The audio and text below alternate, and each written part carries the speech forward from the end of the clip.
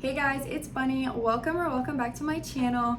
Today's video, I have no idea what to film, so I think we're just going to talk for the next 20 minutes or so. But before we get into the video, you guys already know what to do. Don't forget to like, comment, and subscribe, and follow me on all my other social medias linked down below. And with that being said, I think we can go ahead and get on to the video.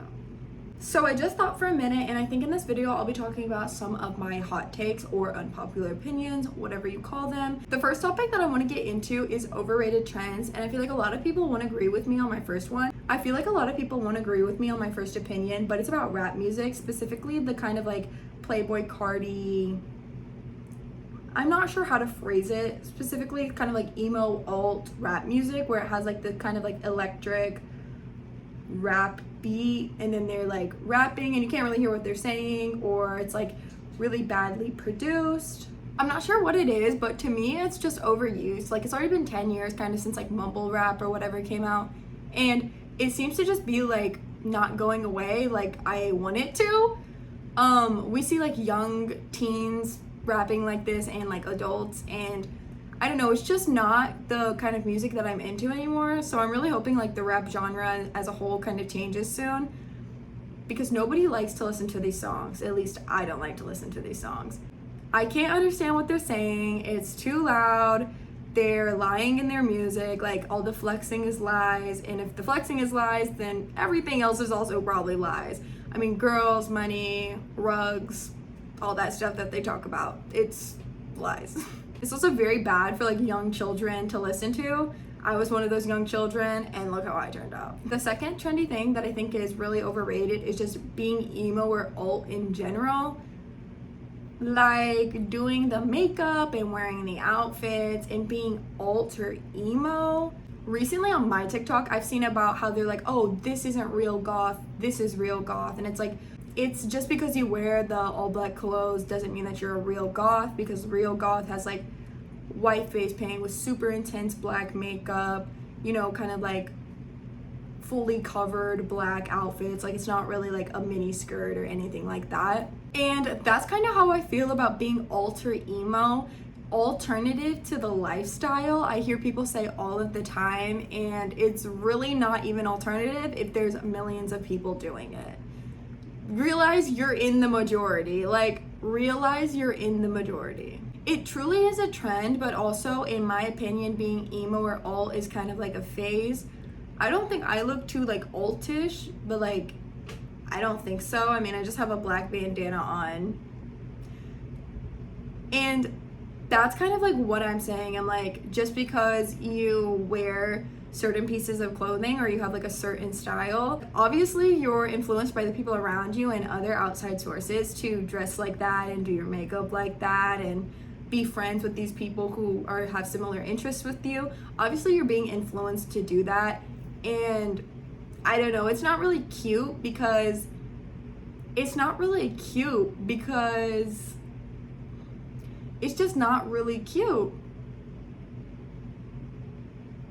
Like, I'm not gonna lie, I've been through phases myself. Like, I used to wear super long spider like eyelashes.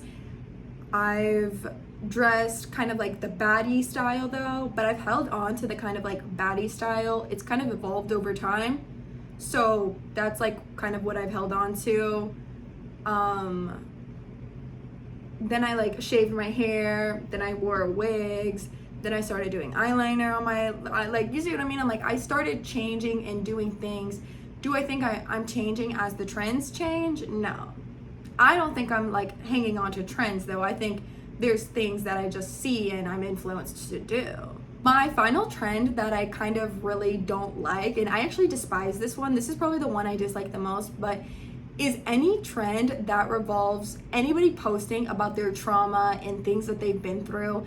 Yes, it is nice to sit there and talk about these things, but if you want to sit here and talk about these things, talk about them with a therapist.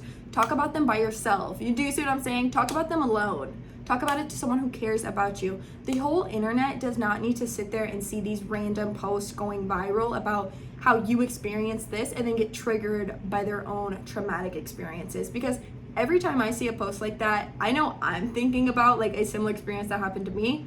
I know you're doing the exact same thing. It is nice to have that relatability factor with like trauma, but I can tell you every trauma you've experienced, there have been millions, if not billions of people that have experienced the exact same thing.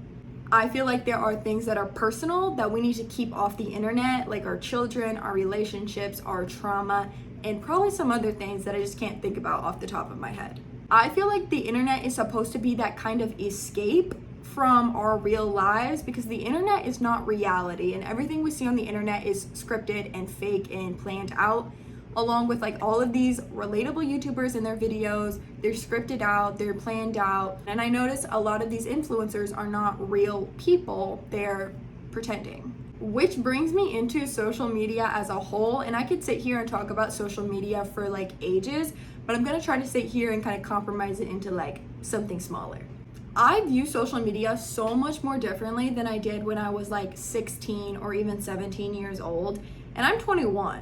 I started to view social media differently when I started to do YouTube and content creation, because I started to figure out the tips and tricks and what they're actually doing in most videos, which is scripting it out. I mean, none of these super famous controversial figures are really controversial. They're just doing it so that they can get clout, and in return that makes them money.